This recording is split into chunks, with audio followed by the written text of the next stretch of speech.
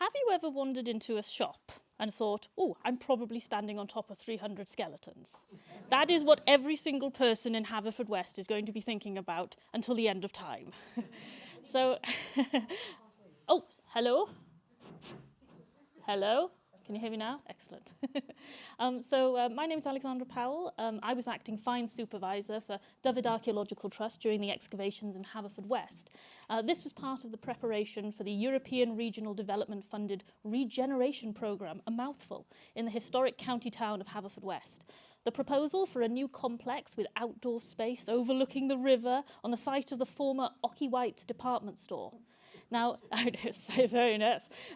Dyfed Archaeological Trust were commissioned to run an evaluation of the site in 2021, and immediately exciting discoveries were made, along with a bit of human bone and some really nice medieval tile, but it just got better. So, Archaeoleg, you can see it here, just poking out at the corner of this picture, celebrated over 100 years of trading, boasting they stocked everything that Woolworths didn't. Although Archaeoleg closed in 2013, the family's legacy survives in the Archaeoleg travel agents on Bridge Street, just behind the new development. So here you can see a map, an Ordnance Survey map, a modern map, with an overlay. You can see the red line bordering the site of the proposed new development. Archaeoleg, the estate agents, I believe, is there, hole in the wall there. I think it's number 11 there. Just as a reference, this is the Cleddau River, this is Bridge Street, and Greg's is up there. Most importantly, I have to know where Greg's is.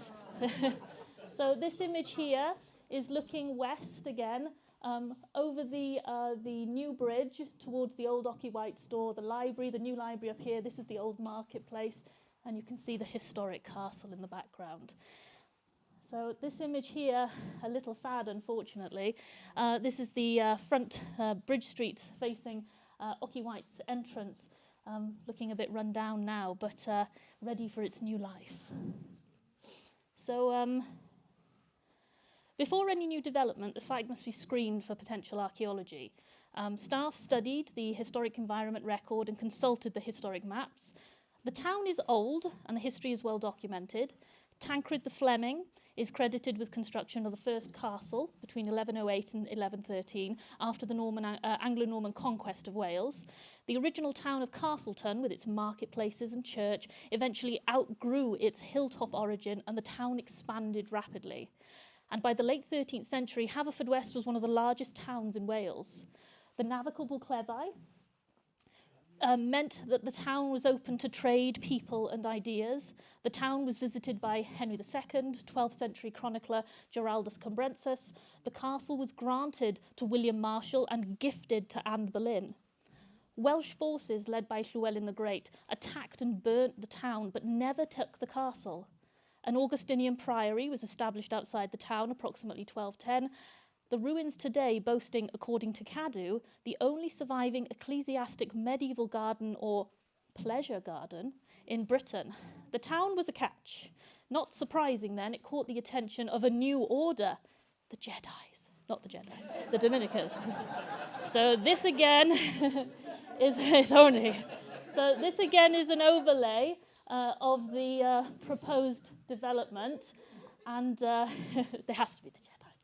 So the river here, Bridge Street here. So this is the historical map dated 1889. And you can see here the Cleddau Ironworks, but just here, marked with a cross, very, very faint, Convent of Blackfriars, site of.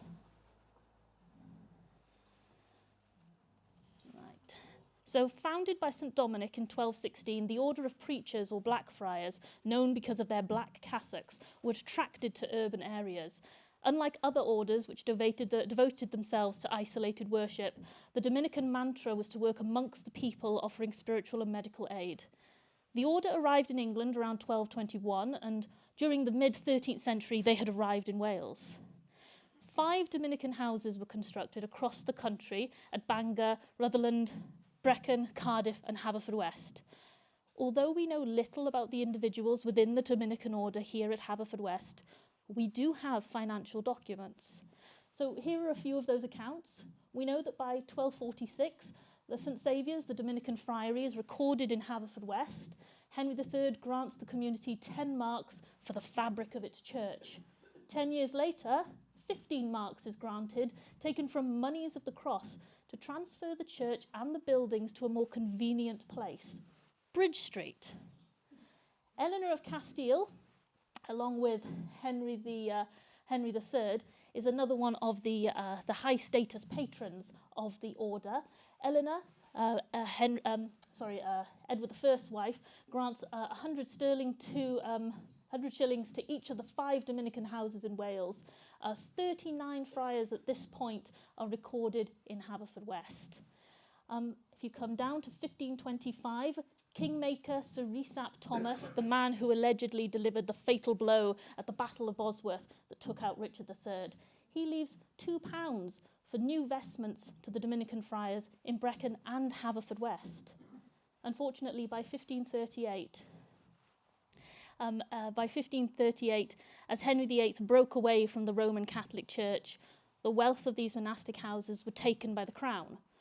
The Friary of St Saviour's in Haverfordwest was dissolved and the friars removed. They were each made to sign their name on a deed surrendering the house to the king. The final name we've seen has been smidged or smeared over. Perhaps at the last minute, this friar withdrew his consent. Although the order no longer held a presence in the town, a history of St Mary's Church comments that the fewness of burials at St Mary's in 1598, so long after the order has dissolved, the friary has dissolved in Haverfordwest, the few burials in St Mary's could be explained by the fact that people still preferred to bury their dead in the graveyard attached to the Dominican house in Bridge Street. So a complex comprised of church, cloister, dormitories, libraries, stables, gardens, fish ponds, and an infirmary would have made up the friary at St Saviour's in its height. All this enclosed by a precinct wall. To give you an idea, this image shows the layout of the mainly 14th century elaborate Dominican friary at Norwich. It is likely that the friary extended, if I go back, it's likely that the friary extended the length of the present-day Bridge Street from the new bridge down here in the south all the way up to the old bridge in the north. So it took them up over pretty much most of that street. So the friars have long gone, the building dissolved, the wealth stolen. But eventually, Solomon Mary Church established the Mary Church Iron Foundry on the site during the 1800s. The foundry is known to have produced mainly agricultural items for the surrounding area, as well as maritime implements for the dockyard at Pembroke Dock. Fine cast iron railings can still be found throughout the town that were also produced at the foundry. There is also a suggestion that Joseph Mary Church showcased wares from the Haverfordwest foundry at the Great Exhibition in 1859. On the 9th of September, 1853, the Pembrokeshire Herald and General reports, Joseph Mary Church and Sons have been awarded the highest commendations by judges for their improved corn drill, and their turnip cutter worked 1/6 less power than others. It's impressive. So here we have, I'll go back to the next picture. So this is a picture taken from the old bridge in Haverfordwest around the 1950s. And here you've got the old foundry buildings just there. They're showing frontings on the riverside on the left. Unfortunately, the foundry met an explosive end. On the 22nd of November 1902, a former owner of the foundry, Mr. William Evans, suffered injuries when the boiler exploded. An inquiry found the proper maintenance of the boiler had not been undertaken. Mr. Evans was found guilty of neglect, held accountable for endangering public safety, and was made to sell the foundry to pay a fine, as well as the court expenses. The Cardiff Times reports, as you can see, he reports the incident as an explosion of a somewhat serious nature. That's not the explosion, okay? That's not what was left. Eventually, there's no more foundry. White develops his new business, and this picture here, looking west towards Bridge Street, the river behind us, was taken in November 2021, after the White's building had been demolished. By February 2022, Dyfed Archaeological Trust started excavations in Zone 2, here, in Zone 2, which is the former cafe area. Working in such a small area and sharing that area with the construction team meant that space was at a premium. So the plan was to take the spoil, the stuff we dug out of Zone 2, put it onto Zone 3, finish off in Zone 2, put the Zone 3 stuff back in Zone 2, put Zone 3 onto Zone 2, and then carry on like that. The plan was to work from river to road, Zone 2, Zone 3, Zone 1. Right, so this is one of the few times that I was allowed on site. Anyone passing the trench, this is myself and my colleague Gabby here, who's at the back. Anyone passing the trench would have heard cooing and gasping as every stone or scrap of iron we found, we were so excited we kept rushing over to our lead supervisor asking, have we found the foundry? Have we found the foundry? So this is an image of the start of the excavation, Zone 2. We removed approximately 60 tons of soil by hand, amazing, about by hand, you know, the machines helped as well. We went through a lot of buckets and we lost quite a few trowels. So here, this is a view looking east at the remains of the foundry casting pits. You can see one of them here, these big rings here, and the difference in the colour of the soil. These huge casting pits filled with sand would have the negative of whatever you wanted to cast inside them. Then you pour the molten metal inside. They were incredibly heavy, but all had to be removed off-site. This beam here split perfectly, it's a clean cut there, an end complete with its chain. We think this is part of the instruments used for moving the heavy objects around when the foundry was in full process. We think that this might be some sort of balancing beam for distributing the weight more evenly, but nonetheless, it had to come out the pit. So, as we strip away the gritty black foundry waste and gradually make our way down to the medieval deposits, the evidence of the cemetery begins to show. This was my very first time excavating human remains. It's very strange. At one point, I found myself lying next to the skeleton, almost nose to nose, trying gently to pick out earth between its teeth and eye. It's a very strange thing. So it's my colleague Gabby here, myself at the back with my bucket. Excellent. And this is Anthony. Anthony, yes. We'd only found a few skeletons and we thought that we're only human. And these were once humans, so we tried to give them names. We don't want to just think of them as just, you know, artifacts in the ground. So eventually we found so many we didn't have enough names. So we started off with Anthony.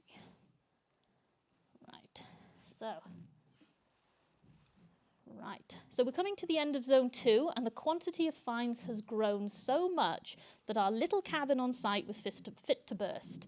So we moved the post-excavation programme to 16 Bridge Street, formerly Conroy's Colour Centre. I think it's quite ironic that Conroy's Colour Centre is a black and white photo, which is quite funny.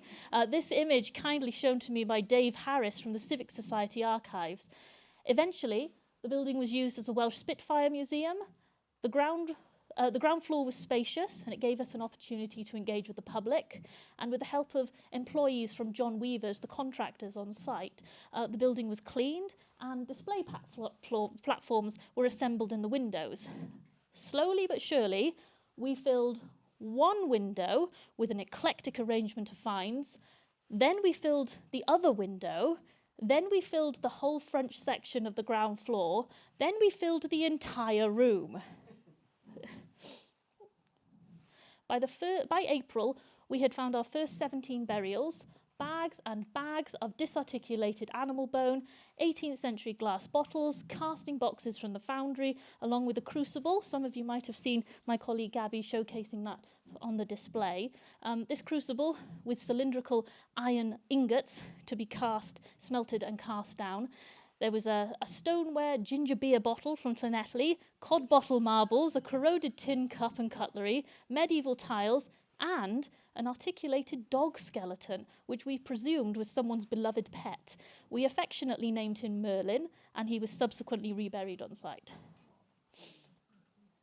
So my role as finds officer meant I was responsible for cataloguing, washing, and or storing the finds.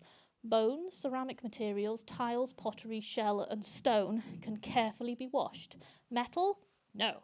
Mortar? No. But everything needed to be labelled and catalogued. But I am one woman. We needed to call reinforcements. The post-excavation was opened up to volunteers who flocked in their hundreds for the chance to help. In the first 4 hours of putting out the advert, we received close to 100 inquiries. We are indebted to our volunteers. Their enthusiasm for the work and eagerness to engage with the public meant that the finds were being processed faster. More and more people were coming to visit the museum and ask us about the excavation. We had several school visits, and by the third group, the regular volunteers confidently took over, showing people around the finds. Right.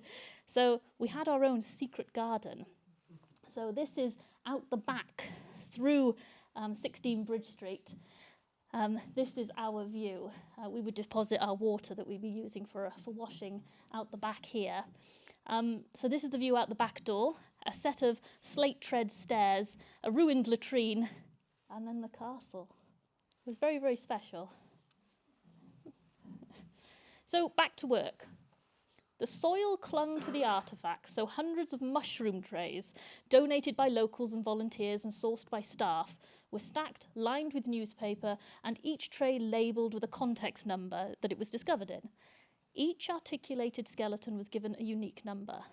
Once the soil had dried, it was brittle and crumbly and started to separate from the bone, so we donned the gloves to start washing. Warm water, a soft toothbrush, a sponge, and a bamboo skewer made up our arsenal of tools, and gently each fragment of skull, every finger bone, long bone, and tooth was cleaned to identify any pathology or landmarks which would help the osteoarchaeologists identify sex, age, and any trauma. Every bone must be washed, with some exception. The soil conditions across the site varied. The estuary was once much wider and the soil heavy with water. The quality of the skeletons sitting in the wet soil was so poor we could have done more damage by cleaning them. Sometimes you just had to let them dry. There were many infant and baby skeletons, and those were just too delicate. Once the artifacts are dry, it's time to bag them. Every bag was labelled with an ERN, the event record number. This is a unique, remember this number, this is a unique number for the site, 125650, 125650, 125650. This number was carved into our very soul for the number of times we had to write it. The dried, bagged and labelled artefacts are now separated into materials: animal bones, pottery, CBM, ceramic building material, such as decorated floor tiles and ridge tiles, carved stone, and disarticulated human remains. 309 skeletons were recovered during the excavation, and many, many more disarticulated bones. It is very easy to disconnect yourself from the work. Surrounded by hundreds of human bones seems surreal, but these were people. They were buried by loved ones. They lived, they laughed, they cried, and then they passed away. Some burials were grouped together, suggesting that they were probably from the same family. In these cases, we tried to keep the skeletons together during the post-excavation. So even though they had been separated and bagged, we kept them together in the room. This is a few of our fantastic volunteers. Notice how empty the room is in this picture. Even more so, look at that, there's nothing. Nothing at all. This was a few months later. It started to grow. By the end of it, you can just see me poking out the back there. By the end of it, you couldn't see the floor. So the trays in front of these volunteers are full of washed tile, animal and human bones, stone and pottery. And as I said, By the time that the field team had started to move into A3, the finds were so plentiful that, yeah, we lost the floor.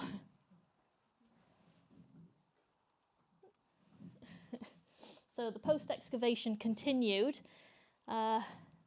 into the Christmas months, and we lost the use of 16 Bridge Street, and the team called upon its volunteers once again, and they fantastically answered the call and joined us at Dyfed Archaeological Headquarters, where they're sitting here happily scrubbing away at bone. Wonderful.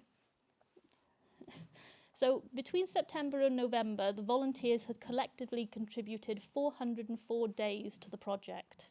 About 47 volunteers at that time. We could have easily had about 60. So, oh, how long have I got? Have I almost done? Nearly done. Nearly done? Yeah. Don't rush. So this is a group found in Zone 3, but gives you an idea of how complex the area was. Burials on top of burials. Every grave is photographed, drawn, described, pre-post excavation, a pro forma to mention texture of fill, orientation of grave, position of the skeleton, meant that we could record as much information as possible. The further you get in exposing the bones, the smaller and smaller the tools become. Trowels, leaf trowels, spoons and hand shovels become dental kits and paintbrushes. It's a very satisfying job. Although the skeletons were, generally, articulated, contained and undisturbed within their grave, we found random long bones placed in graves, skulls arranged as a halo around the head of another. There is now nothing holding these bones together, bones in place. The muscle, the tendons, the skin, long gone. So to assist the osteoarchaeologists, we decided to separate the elements of the body. The hands, the left and the right, where possible, were separated. The legs, left and right, the feet, left and right, where possible. Sometimes they were placed over one another. The vertebrae and the pelvis kept together. The ribs, left and right, and the scapula, the shoulder blades, were placed with the respective upper limbs. The cranium and the jaws were kept together. We went through a lot of bags and trays. So this was a unique burial, an adult and child. A thin layer of earth between them suggests that the adult grave had been opened and the arm moved to embrace the child. We do not know if they are related to one another, but it feels so human to not want a child to be buried on their own. So maybe a stranger, someone to lead them on to the afterlife? Who knows? We'll come in further study. So we found the most impressive coffin nails, many perfectly outlining the skeleton, the wood rotten away, but the nails survive. Coffins are reserved for the wealthy and status, so most people were stripped and wrapped in a shroud, placed straight into the grave.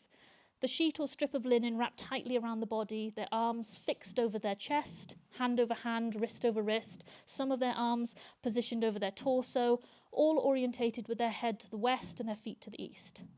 Burial records on the eastern side of this large wall, this is on the far end of the site by Bridge Street, found that the burials on the farther side, looking out towards the river, comprised mainly of adults and children, but the burials on this eastern side were all, the western side, were all adults. The burials were in coffins, and they appeared to have been stacked and showing no signs of intercutting. There were 11 adult skeletons buried in coffins found on this side of the wall. These here, one on top of the other.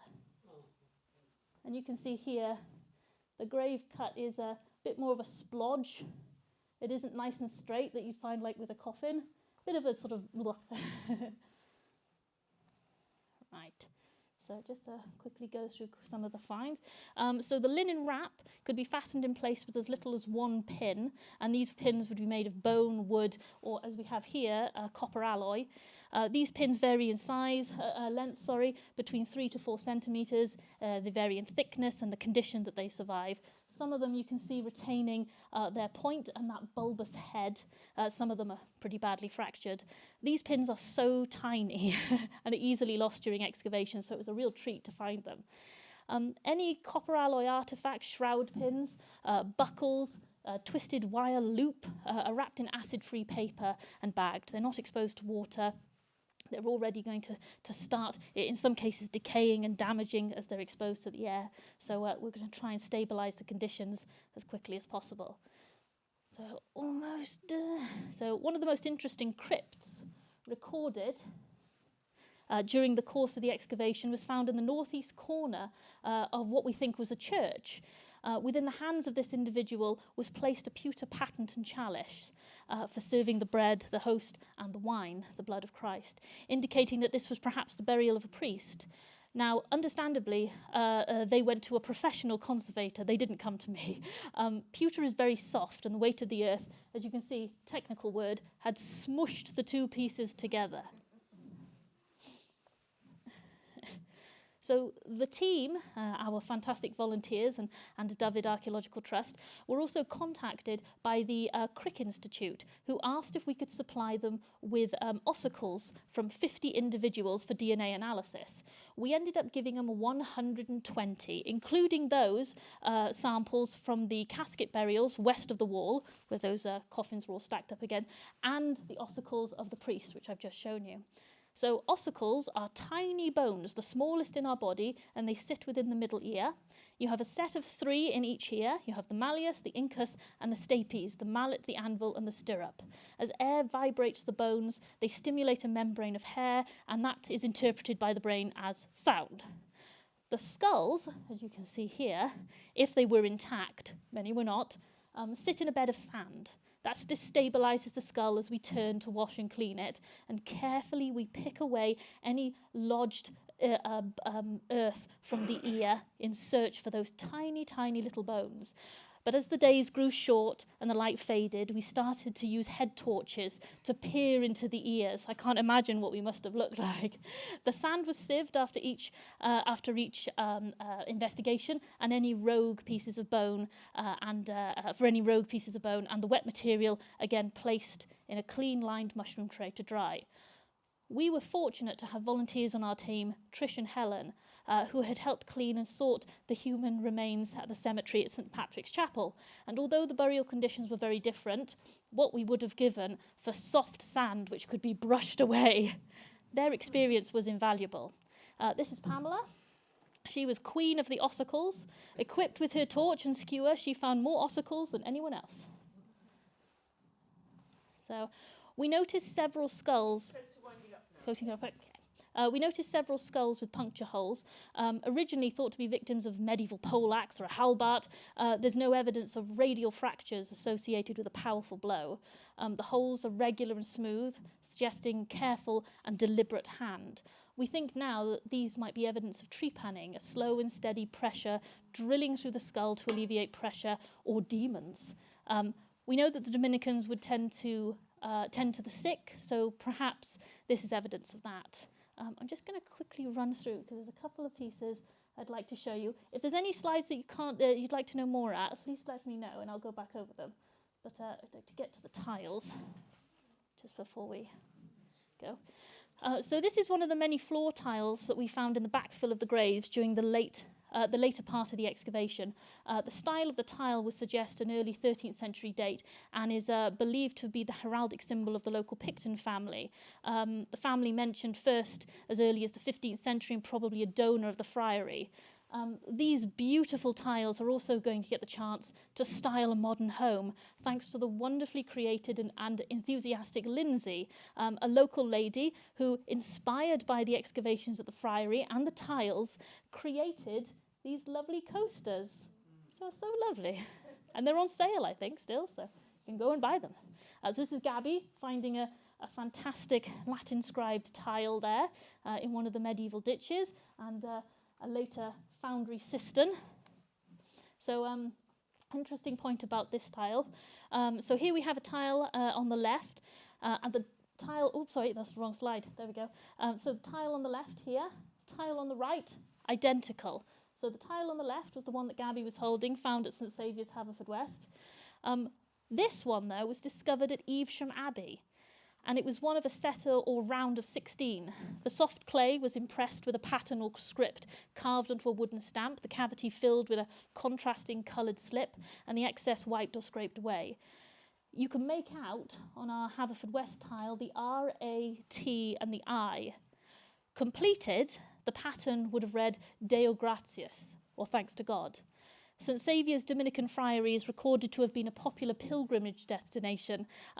People would come far and wide to visit the image of the Virgin Mary with a miraculous taper. Unfortunately, we never found such a thing, but perhaps it's further down Bridge Street. Right, so these are some of the tiles just to show you comparisons between the tiles on the top from Haverfordwest, and these are illustrations of the tiles found at the Carmarthen Greyfriars. They're identical. So this one here, just very quickly, this tile here, this was found during an evaluation trench in October 2021. And we have, if you move it down, there we go.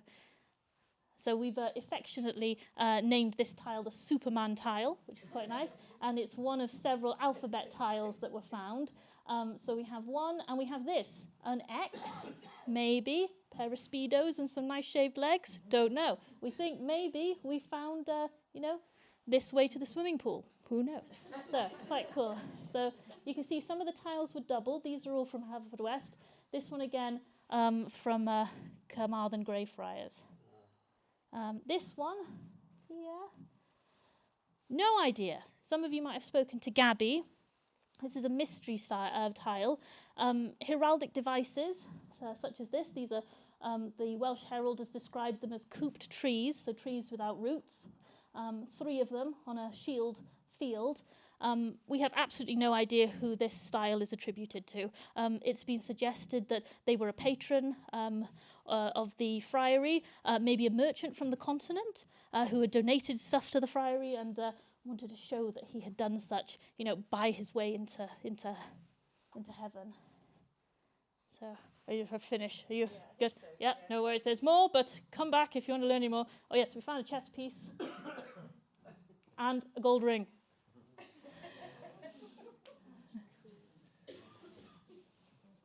And thank you all so much, everyone. There we go now.